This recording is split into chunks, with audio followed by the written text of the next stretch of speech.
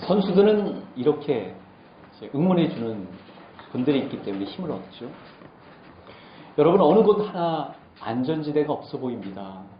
특히 여러분 잘 아시다시피 성에 관한 한 수십 년 동안 이 차이와 차별을 받아온 여성들에 있어서는 더 큰 아픔이 있는 것 같습니다. 명사들의 경우에 있어서는 이렇게 속속 드러나긴 하지만 일반인들에게 있어서는 얼마나 더 많은 어두운 그림자가 있을까요? 이른바 미투 운동, 우리 사회에서 지금 일어나고 있는 일이죠. 우리 사회가 그동안 미성숙했고 또 불의에 대해서 눈 감아 온 이들이 있음을 보여줍니다. 여러분, 어느 사회나 사실 다 문제가 있습니다. 사실은요, 북한의 인권은 어떨까요? 여러분, 중국의 여성의 인권은요, 더 할 나위 없이 더 열악할 것입니다. 선진국이라고 불리고 있는 미국도 미투 운동이 진원지라고 불리고 있는 이 나라는요, 지금 나라 전체적으로 몸살을 앓고 있습니다. 미투 운동에서만이 아닙니다. 여러분이 잘 아시다시피 총기 난사 사건으로 인해서 발칵 뒤집어졌습니다. 총기를 어떻게 규제할 것인가? 총기 로비에 편향돼 있던 이 트럼프 행정부는요, 이제 한 발을 뺐습니다. 왜냐하면 너무나도 격한 여론 때문에 총기 규제 움직임에 시동을 걸어야 할 때가 되었다고 판단했기 때문에 그렇습니다. 최근에 한 복음주의 잡지 크리스티애니티 투데이에는요, 매우 의미심장한 글이 하나 올라와 있었습니다. 여러분에게 제 버전을 소개하면 이렇습니다. 여러분, 컬럼비안 사태를 아실 거예요. 1999년도에 미국에서 일어난 2명의 사이코패스 우울증을 앓고 있는 청소년이 동기 학생들에게 난사를 해가지고 19명의 학생들이 그 자리에서 죽고 24명의 학생들이 부상을 입었던 그 사건. 이 사건 이후로 컬럼바인 이후에 태어난 이 학생들은요, 자라는 성장한 학생들은 특별히 총격에 대해서 굉장히 예민한 반응을 할 수밖에 없게 됐습니다. 왜냐하면 총기로 인해서 생명을 앗아간 이들이 많았기 때문에 그렇습니다. 또한 이들은요, 특별히 부모님의 과보 가운데 자라난 탓에 어떤 위험이나 위기에 대해서는 굉장히 거리를 두려워하는 경향이 있었습니다. 특별히 이들은 소셜 미디어 가운데서 성장한 이들이었습니다. 그런 탓이었을까요? 이들에게서는 어느 때보다도 신앙적인 것들이 들어갈 이 틈이 없어 보였다는 평가를 받는 세대였습니다. 이들은 자유를 만끽합니다. 온실 가운데 컸습니다. 그런데 이들에게 있어서 이제는 총기 사건 이후에 자기 안전에 대해서 관심을 기울이게 됩니다. 그리고 안전을 요구합니다. 국가에 대해서, 학교에 대해서, 자치단체에 대해서. 그러나 아시다시피 미국 사회는요, 누구나 이제는 보장할 수가 없습니다. 그 안전을. 그러면서 그 아티클은, 논문은 이제 그들은 실제적인 안전만 뿐만 아니라 비유적인 안전에 대해서도 관심을 기울일 때가 된 것 같다. 즉 뭐죠? 마음의 안정, 영적인 안정, 신앙적인 안정에 대해서도 이제는 그들이 귀를 기울일 때가 됐기 때문에 바로 이때야말로 신앙적인 가치를 들여낼 수 있는 좋은 계기가 된다고 말해주고 있습니다. 그러니까 오히려 위협이, 오히려 아픔이, 오히려 고통이 역설적으로 그들이 다른 이들에 대한 고통에까지도 관심을 기울일 수 있는 계기가 된 것이죠. 이건 굉장히 놀라운 일입니다. 불행이라 할지라도, 역경이라 할지라도 이렇게 전화시키는 일에 있어서 신앙은 놀라운 힘을 발휘하기 때문에 그렇습니다. 적어도 총기 사건은 이제 미국 사회에 새로운 영적인 도전을 주는 계기가 된 것처럼 보입니다. 결국 터질 게 터지고 말아버린 한국 사회에서의 이 성적인 영역 어떻게 풀어야만 하겠습니까? 상대적으로 연약하여 피해를 보기 일수인 이 여성들이 의지할 곳은 어떻습니까? 어디겠습니까? 여러분, 이렇게 혼란스럽고 혼탁하고 황폐한 이 사회 속에서 진정한 신앙은 어떤 힘을 발휘할 수 있습니까? 물론 그리스도인들은 이들을 위로하고 격려할 의무가 있겠죠. 그러나 이제 한국 사회는 오히려 이런 위기 때문에, 위협 때문에 참된 안전을 우리에게 허락해 주시는, 그리고 참된 안전의 가치가 어디 있는지를 새롭게 깨닫게 해주실 그 하나님께로 향할 수 있는 계기도 될 수 있지 않을까 싶습니다. 저는 지난 2월 한 달간 가족 중에 죽음을 겪으신 분, 그리고 죽음을 앞에 둔 분, 그리고 죽음 이후에 장례식을 거행하시는 가정을 방문할 기회가 있었습니다. 딱 남편이 돌아가신 지 한 달 되신 미망인 앞에서 위로를 예배를 드려야만 했던 저에게서는 상당히 마음이 무거웠습니다. 어떤 메시지를 어떤 식으로 전해야 할지 저는 그 전에 바로 저희 장모님께 전화를 드리면서 조언을 구했습니다. 그리고 이제 저와 신학대학원을 같이 다녔던 한 동기 목사님, 그분이 이제 호스피스에서 곧 죽음을 이제 마주대야 되는 그 상황 가운데 천국에 대한 소망을 전해야만 했고 그것을 통해서 같이 위로해야만 했던 기억이 지금도 선합니다. 그리고 예전에 복음을 증거하고자 했고 그래서 그 먼 곳에서 저희 교회까지 인도했던 그분이 이제는 영정 앞에 놓여져 있을 때 많은 생각을 하게 되었습니다. 그리고 지난 월요일 이제 한 호스피스에서 죽음을 앞에 둔 70대 중반의 한 남성분을 향하여 하나님의 말씀을 나눌 기회가 있었는데 그때도 또한 마찬가지로 무거웠습니다. 누구도 예 없이 가야만 하는 그 죽음의 길. 다윗도 말했지 않았습니까? 나도 조상처럼 나도 조상의 길로 들어선다. 어떻게 죽음을 준비할 수 있을 것인가? 또 그런 가운데서 우리는 누구를 의지할 수 있을 것인가? 하는 문제를 우리 모두는 다 직면하게 될 것 같습니다. 여러분, 기독교 신앙처럼 죽음에 대한 분명한 이해, 확신에 찬 근거를 제공해주는 종교랄까요? 신앙체계가 어디 있습니까? 그래서 우리가 붙들고 있는 것, 우리가 누리는 것은 정말 놀랍습니다. 그런 의미에서 예수님께서 차지하고 계시는 위치, 위상은 얼마나 중요합니까? 특별히 오늘 본문은 누가복음 4장 1절 2절과 히브리서 4장 16절 16절의 말씀을 14절부터 16절의 말씀을 같이 붙잡고자 합니다. 여러분이 아시다시피 예수님은 고초를 겪으셨습니다. 십자가에서 고초뿐만 아니라 이 땅에 오실 때부터 그분은요 고초를 겪으셨습니다. 그분이 태어나셨을 때 어디서 태어나셨는지 우리는 잘 알고 있습니다. 그리고 그분이 이제 공생애를 시작하시기 전에 40일 동안 이제 광야의 생활을 하시게 됩니다. 여러분, 그분이 광야 생활을 거치신 그런 고초를 겪으신 역경이 직면하신 사건은 오늘날 우리에게 또 얼마나 큰 위로가 됩니까? 많은 이들이 얘기합니다. 내가 치르고 있는 고통이나 역경이나 불운은 아무런 소용이 없어. 아무런 미사여구를 동원한다 할지라도 다 손실인 걸, 다 손해인 걸 하고 말할 수 있을지 몰라도 우리 주님께서 그런 고초를 겪으신 이후에 그분의 사역의 변화, 그리고 읽어놓으신 놀라운 일들을 우리가 받아들인다면 결코 그럴 수가 없습니다. 예수님께서 40일 동안에 치르시는 그 고초, 그 이후에 얼마나 놀라운 일로 변화됐습니다. 이유가 있는 40이라는 것을 우리가 잘 알게 됩니다. 여러분들 잘 아실 때 노아는 40일, 하나님께서 심판을 내리는 기간으로 40일을 설정했던 것을 친히 몸소 목격된 사람이었습니다. 모세는 하나님과 인격적인 친밀한 가운데서 그 계명을 받는데 40일이 소요되었고 설정되었음을 알았던 사람이었습니다.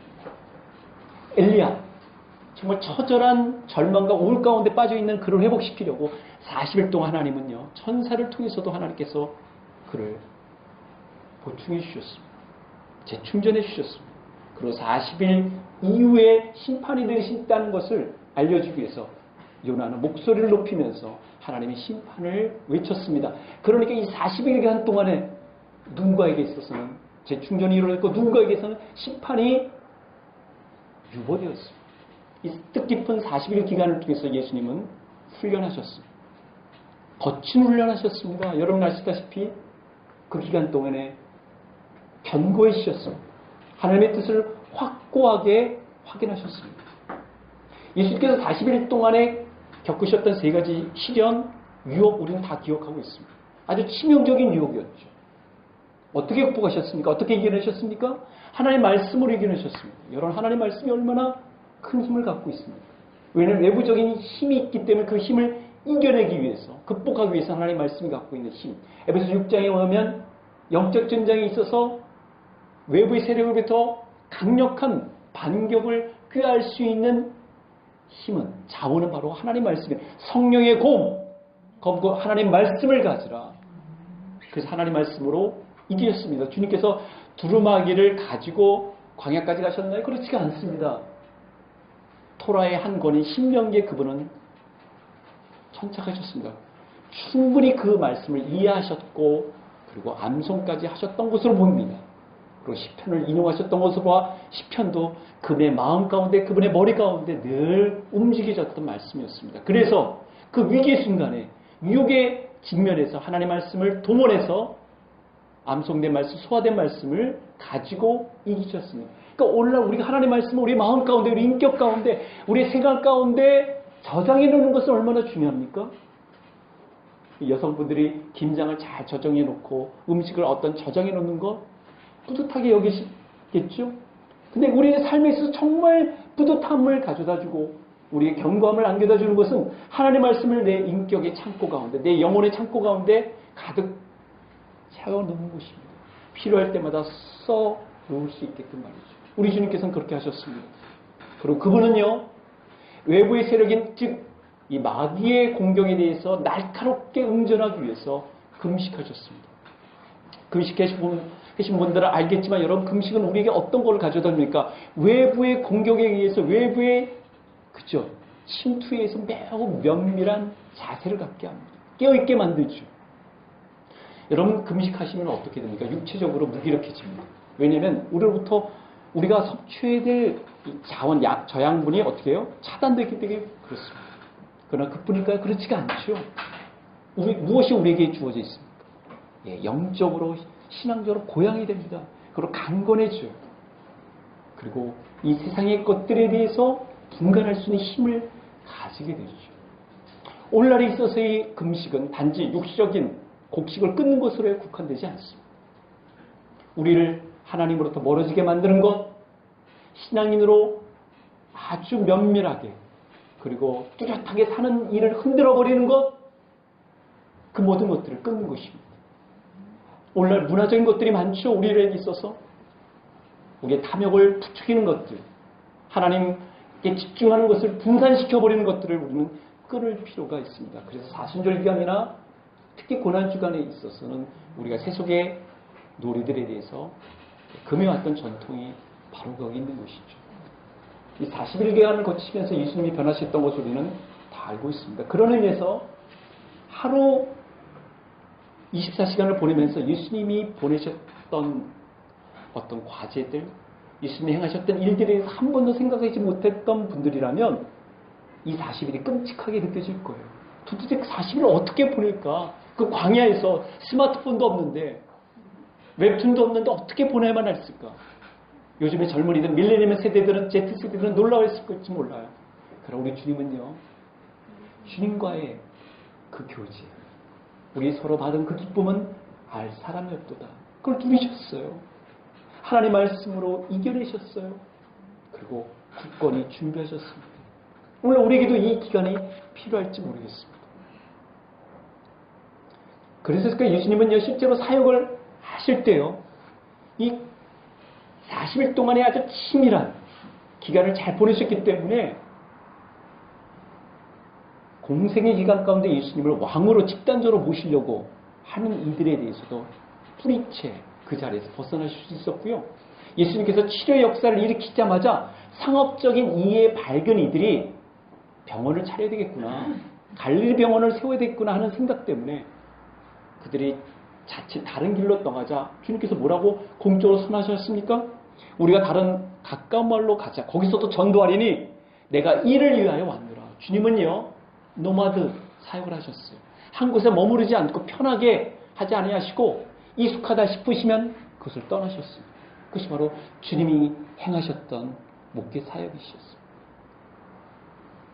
이럴 때 충분한 훈련을 통해 충분한 사역을 감당하신 예수님이시기 때문에 그분은 우리에게 충분한 모델이 되어주십니다. 우리는 여기서 우리가 예수님을 정말 신뢰할 만한가? 그분은 우리들이 신뢰를 받을 만한 대상인가? 하는 문제를 우리는 점검해 볼 필요가 있습니다. 여러분, 신뢰할 만할 때는 어떤 요소가 있어요? 정말 그 사람이 혹은 그 대상이 나를 아는지, 내 체질을 충분히 헤아릴 수 있는지, 그리고 나를 도와줄 수 있는지, 이 세 가지가 딱 붙어 있는 건 아닙니까? 여러분, 예수님은 어떠세요? 예수님은 우리를 이해하시는 분입니까? 우리의 처지를 충분히 헤아리실 수 있고 경험하실 수 있는 분이세요? 그리고 도와줄 수 있는 분입니까? 우리는 그렇게 고백을 합니다. 아멘. 그러나 많은 이들은 이렇게 생각합니다. 아니, 예수님이 어떻게 60의 인구의 각각의 처지를 다 헤아릴 수 있다는 말인가? 그분이 남아프리카에서 일어난 일, 페루에서 일어난 일, 그리고 몽고에서 일어난 일을 어떻게 다 아신다는 말인가? 어떻게 다 헤아리실 수 있다는 말인가? 어떻게 다 동정하실 수 있다는 말인가? 그것은 하나만 알고 아무 모르는 얘기죠. 예수님은 인간의 몸을 입고 오셨습니다. 여러분, 한 인간이 어떻게 60억 인구의 다 모든 것들을 다 골고루 갖출 수 있다는 말입니까? 우리의 모든 형편을 아신다는 것은 우리의 기본적인 요소들, 우리의 불안, 의구심, 그 다음에 허기진 것, 고통스러워하는 것 다 아신다는 그런 의미가 아니겠습니까? 그런 걸 다 그렇게 누리실 필요도 없으세요. 주님은 인간으로 사셨습니다. 인간으로 오셨습니다. 인간으로 고생하셨습니다. 고초를 겪으셨습니다. 누구를 위해서요? 우리를 위해서입니다. 그리고 그분은 그렇게 고통스럽게 돌아가셨습니다. 누구를 위해서요? 우리를 위해서입니다. 이례적으로 엄청난 강도의 고초를 겪으시면서 생애를 마감하셨습니다. 특별한 고통을 겪으셨죠? 그러나 여러분, 우리는 그분에 대해서 이것을 놓쳐서는 안 됩니다. 그분은 완전한 인간으로 사셨지만 완전한 하나님으로 사셨다는 것도 우리는 인정해야만 합니다. 완벽하게 모든 것을 행하시는 하나님이시기 때문에 우리를 이해하실 수 있습니다. 그리고 우리를 치유하실 수 있습니다. 우리를 구원하실 수가 있으십니다. 여러분, 히브리서 본문에서는요, 어디에 있든지 간에 그들에게 든든한 분이 계시다. 여러분, 유대인들에게 있어 계시자면요, 정말 든든한 존재입니다. 왜냐하면 이스라엘 모든 민족의 죄를 1년에 한꺼번에 해결해 줄 수 있는 매우 중요한 역할을, 조커 역할을 하는 분이기 때문에 그렇습니다.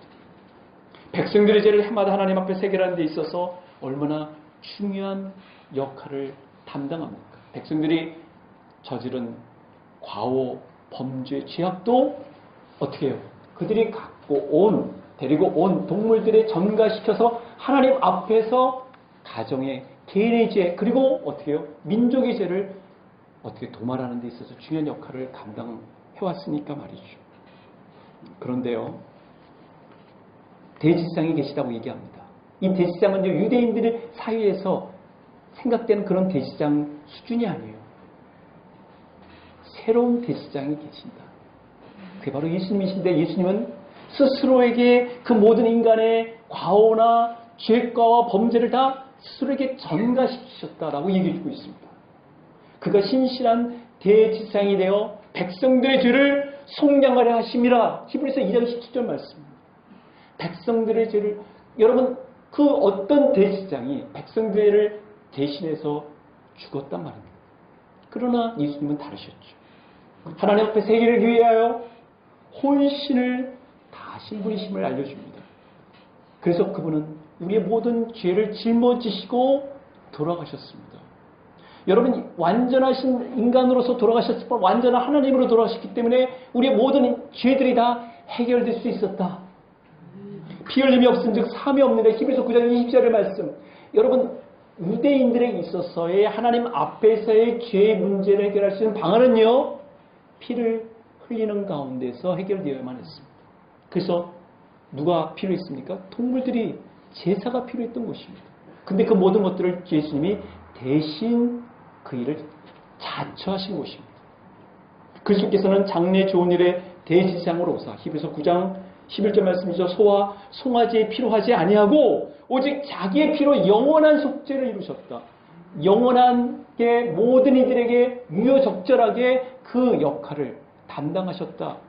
효과를 가져오게 하셨다는 뜻 아니겠습니까? 율법을 따라 모든 물건이 피로써 정결하게 되느니 피 흘림이 없은즉 사함이 없느니라. 오늘날 죄를 저지른 이들이 있다면 가해자로부터 어떻게 해요? 그렇죠. 그런 용서를 받아야 될 의무가 있는 것이죠. 최근에 한 검사로부터 촉발된 미투 운동. 그 검사가 기대하는 바는 무엇일까요? 가해자로 여겨졌던 그 검사, 전직 검사가 자기의 죄를 인정하고 응당 벌을 받는 것이 해결의 실마리로 간주할 것입니다. 여러분, 인간 사이에서도 이런 것들이 있다면 하나님 앞에서는 의당 그것이 필요하지 않겠습니까? 하나님 앞에서 우리가 어떻게 죄를 해결할 수 있겠습니까? 예, 죄를 우리는 고백해야 되면 낱낱이 알아야 되는 것입니다. 이게 바로 회개의 과정이에요. 그리고 그에 대한 처벌을 받게 될 것입니다. 놀랍도록. 여러분, 오늘날 이곳 사회의 여러 부분에서 드러나고 있는 온갖 추문, 추악한 것들, 그걸 보시면서 여러분은 어떻게 느끼셨어요? 아이고, 저러다니 라고만 하셨습니까? 아니면 나도 이제 하나님 앞에서 천상의 심판대 앞에서 나의 그 부끄러운 죄악들이 드러나게 될 때 다가오는 이 수치와 모멸을 나는 어떻게 해결할 것인가? 그리고 그 상하는 벌에 대해서 나는 어떻게 해결할 수 있을 것인가? 여러분, 그런 두려움 갖지 않으셨어요? 근데 놀랍게도 우리 주님께서 그 모든 것들을 이미 우리를 위하여 해결을 해주셨다는 것은 정말 놀랍고도 엄청난 일이 아닐 수가 없습니다. 당시 유대인들은 하나님 앞에서 죄를 해결했던 방식, 즉 매일 제사장이 누군가의 요청에 따라 누군가를 위하여 누군가를 위해 했던 일을 이제 누군가의 요청과 상관없이 모든 일을 위하여 모든 사람들을 위해서 해야 하는 그 일을 우리 주 예수 그리스도께서 행하셨죠. 손수 제물이 되심으로 말미암아 새로운 대제사장이 되어주셨습니다. 이 점에 히브리서는 이렇게 말해주고 있습니다. 제사장마다 매일 서서 섬김에 자주 같은 제사를 드리되 이 제사는 언제나 죄를 없게 하지 못하거니와 죄를 없애지 못하는 것이죠. 그러나 오직 그리스도는 죄를 위하여 한 영원한 제사를 드리시고 하나님 우편에 앉으사 그가 거룩하게 된 자들을 한 번의 제사로 온전하게 하셨느니라. 할렐루야. 여러분, 이것은 우리에게 있어서 정말 큰 담대함입니다. 죄를 짓고서 우리가 어떻게 용서를 받을 수 있겠습니까? 그러나 하나님이시기 때문에 용서해 주실 수가 있고 하나님이 용서하셨기 때문에 우리는 그것을 감사히 받을 수밖에 없는 연약한 피조물이죠. 예수님은 대제사장의 역할을 영속적으로 극대화하셨습니다. 이제는 시간을 뛰어넘어 예수 그리스도 안에 있는 이들, 예수 그리스도를 믿는 이들, 예수님을 의지하는 이들을 향하여 그분은 무한한 은혜를 베풀어 주셨습니다. 이거 굉장히 놀라운 일이죠. 그러니까 사회 속에서 받아들이기 어려운 부분입니다. 어떻게 추문에 휩싸인 인물들이 하나님 앞에서 용서를 받을 수 있을까 하는 것이죠. 근데 여러분, 하나님은 예수님은 어떤 분이십니까? 여러분, 우리 놀랄 필요가 있어요. 그분은요, 죽으신 분이 아닙니다. 그분은 살아나신 분입니다. 그분은 승천하신 분입니다. 히브리서 4장 11절 말씀, 14절 말씀 어떻게 그분은 승천하신이라고 얘기해주고 있습니다. 여러분, 이 부분을 주목해 보셔야 합니다. 그분은 승천하셨어요. 그분은 부활하셨습니다. 하나님과 동등한 그 위치에 놓이셨어요. 하나님 보좌 우편에 계십니다. 하나님과 같은 권세와 능력을 발휘하고 계신 분이에요. 우리가 어떤 도움이 필요하거나 어떤 일을 해결하게 될 때는 우리보다 훨씬 높은 위치나 능력을 갖고 있는 이에게 도움을 요청해 마련입니다. 그렇지 않습니까? 근데 그분은요, 세상에 계신 분이 아니에요. 교회. 하나님 보좌 우편에 계신 분입니다. 그분은 만유의 주가 되신 분이에요. 그분 앞에 나가라고 성경을 얘기해주고 있습니다. 여러분, 인간 사이에 있어서 높은 위치에 있거나 능력이 출중한 이들에게 우리가 도움을 요청하지 않습니까? 높으면 높을수록, 강력하면 강력할수록 우리의 의지하는 폭이 높고 깊어지는 것처럼 그 예수님께 우리가 의지할 이유가 바로 여기에 있는 것이죠. 근데 여러분, 그분은요, 그런 위상만 차지하시는 게 아닙니다. 그분은 우리를 헤아리시는 분이에요. 우리에게 그분의 마음을 실어서 우리를 이해하시고 또 우리가 어떤 데모에서 취약한지, 우리가 어떤 데모에 잘 넘어지는지를 아시는 분이십니다. 우리 대시장은 우리의 연약함을 동정하시지 못하는 분이 아닙니다. 동정할 수 없는 분이 아닙니다라는 두 가지 부정을 통해서 강한 긍정을 끌어냈습니다. 오히려 그분은 모든 점에서 우리처럼 시험을 받았습니다. 그러나 죄가 없으신 분입니다라고 말해주고 있습니다. 현대인의 번역입니다. 여러분, 이상적으로 보이는 사람은요, 여러분 그런 분들을 보신 적 있어요? 가까이? 이쪽은 다 완벽해 보이는데 여기는 취약한 부분이 있어요. 여러분 그런 분들을 아실 거예요. 다 좋아 보이지만 이거는 또 못한 것 같아요. 인간이 그렇습니다. 원래 인간은요, 완벽했습니다. 온전했어요. 왜냐하면 하나님의 형상으로 지음받았기 때문에 그랬어요. 완벽하신 하나님의 만들어진 걸작품이 왜 결함이 있겠어요? 그러나 죄가 들어오는 이상, 죄성이 그 DNA처럼 박힌 이상부터는 인간은 완벽함을 상실한 이후부터 완벽함을 찾아 나섭니다. 그래서 완벽한 인간들을 꿈꿔요. 그러나 그걸 어디서 발견할 수 있단 말입니까? 그런데 주님은 완벽하시기에 예수는 영원히 계심으로 자기를 힘입어 하나님께 나가는 자들을 온전히 구원하실 수 있느니라. 여러분, 메시지는 이렇게 되어 있습니다. 그분은 사람들의 죄를 없애는 대수장으로 하나님 앞에 서실 때 이미 모든 고난과 시험을 몸소 겪으셨습니다. 그리스도 그분은 도움이 필요한 모든 곳에서 도움을 베푸실 수 있으십니다라고 되어 있습니다. 시험을 받아 고난을 당하셨은즉 시험받은 자들을 능히 도우실 수 있느니라. 그 당시에 유대인들에게 있어서는요, 하나님은 사람들로 하여금 하나님께서 그의 백성들의 마음을 그리고 동정할 수 있게끔 생각하게 하시는 분이 아니십니다. 왜냐하면 하나님은 우리와 너무나도 거리가 있기 때문에 감히 사람들로 하여금 그런 생각을 갖게 하시는 분이 아니라는 사고가 배어 있었어요. 근데 놀랍게도 주님은 우리를 치유하시는 분이죠. 우리를 동정하시는 분이죠. 우리 가운데 계시는 성령님을 통해서 우리의 필요를 알고 계신다. 내가 너를 얼마나 기다렸는지, 내가 너를 얼마나 사랑하는지, 내가 너를 얼마나 지지하는지를 너가 알기를 원한다라고 말씀하신 분 아니겠습니까? 요즘 네티즌들은요, 이 약자가 되어버린 이들에 대해서 굉장히 관심이 커요. 여러분 아시다시피 최근에 팀 추월 경기에서 뒤처졌던 이들에 대해서 네티즌들이 보였던 이 충격과 이 분노는요, 굉장히 높더라고요. 그만큼 사회에서 뒤처진 이들에 대해서 보호하지 못했고 그들을 의지할 대상을 만들어주지 못한 것에 대한 분노의 표현이 아닌가 싶습니다. 그런 의미에서 이 컬링에서는 어떻게 했죠? 컬링에서는 팀워크를 이루어서 팀의 땀의 그런 감동을 안겨다 주었습니다. 더디 가더라도 함께 가는 그런 모습들. 그게 바로 한국 사회에서 있는 사람들의 바람이 아닌가 싶어요. 오늘날의 Z세대에게 필요한 것은 바로 누군가를 의지해야 되는데 의지할 만한 대상이 안 보여요? 그럴 때 우리 주님이 계시다는 것을 알려줄 분명한 계기가 우리 가운데 있습니다. 영화 리틀 포레스트의 여주인공인 김태리 씨는 한 방송사에서 나온 인터뷰에서 이런 질문을 받아요. 어느 때 의지가 되느냐는 것이죠. 어느 때 또 힘을 갖느냐는 것이죠. 그럴 때 이런 자기가 등장하는 영화에 이런 대사가 나온다고 하면서 답을 대신합니다. 모든 온기가 있는 생물들은 다 의지가 되는 법이야. 모든 온기가 있는 생물들은 다 의지가 되는 법이야.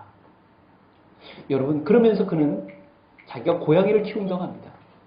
고양이를 통해서 많은 도움을 얻는다고 하죠. 의지가 된다고 합니다. 오늘날 사회는 사람이 아닌 동물들을 통해서 의지를 찾고 그리고 뭔가 부축감을 얻는 사회입니다. 그만큼 사회가 어려워졌다는 것 아니겠습니까? 사람은 누군가를 의지하고 싶어합니다. 요즘처럼 믿기 정말 어려운 시대, 종교인들도 믿기 어려운 이 시대, 정말 내가 의지할 대상은 누구인가? 그 시대에 우리는 살고 있어요. 그래, 종교인들도 믿기 어려운데 이제 누구를 믿어야 할지 하는 위기의 순간에 그때 그때 바로 주님이 계십니다. 완전한 인간이시자 완전한 하나님이신 그분이 계십니다. 그런 의미에서 우리가 의지할 대상을 잘 아는 일이야말로, 그리고 어떻게 의지해야 될지 아는 일이야말로 오늘날에 있어서 생존 비법 중의 비법이라고 강조하고 싶어요. 지난 컬링에서 김은정 선수는 은을 받았기 때문에 이제 김금정으로 바꾸라는 그 네티즌의 얘기도 있었어요. 김은정으로 하지 말고 김금정으로 바꾸라. 김은정 선수가 어떻게 합니까? 예, 스톤을 드로잉 쫙 하면서 뭐라고 얘기하죠? 영미해! 영미! 이제 떠난 거예요. 스톤은 떠났죠. 그럼 누구에게 달려있어요? 스위퍼 하는, 여러분 스위퍼가요, 많게는 50% 이상을 차지한다는 거 여러분 아십니까? 드로잉보다 스위퍼의 역할이 그때부터는 커지는 거예요. 막 영매라고 불렀을 때, 우리가 주님이라고 부르기만 하면 여러분 있으십니까? 그때 주님은요, 스탑, 내가 다 할게, 내가 책임질게, 내가 도와줄게, 만만의 자비를 갚고 있습니다. 우리가 주님이라고 부르기만 한다면, 문제는 다른 곳에서 주님을 찾는 데 문제가 있습니다. 우리가 진정으로 주님을 찾는다면 승천하신 그분, 하늘의 보좌 우편에 계신 그분께 주님 도와주세요, 주님 함께 해주세요 라고 우리가 절규만 한다면 주님은 우리를 도와주시기로 작정하시고 만만의 자비를 갖고 계신다는 것을 놓치지 마시기 바랍니다. 여러분, 우리는 그런 특혜를 갖고 있는 백성이에요. 때를 따라 돕는 은혜를 얻기 위하여 우리가 담대히 나갈 수 있는 특권, 이렇게 누릴 수 있는 특권을 가진 백성들이 도대체 어디에 있습니까? 그래서 우리는 복된 이들입니다. 사랑하는 성도 여러분, 아무리 사회가 험악해진다 할지라도, 인심이 흉흉하다 할지라도 우리가 붙들어야 될 이상은 우리 주 예수 그리스도 승천하시니 하나님의 보좌 우편에 계셔서 우리를 위해서 중보하시는 그분이라는 사실을 놓치지 마시고, 어려울 때마다, 힘겨울 때마다, 그리고 절박할 때마다 주님 그렇게 외치시면서 주님의 보좌 앞에 담대히 나가실 수 있기를 간절히 축원합니다. 기도하시겠습니다.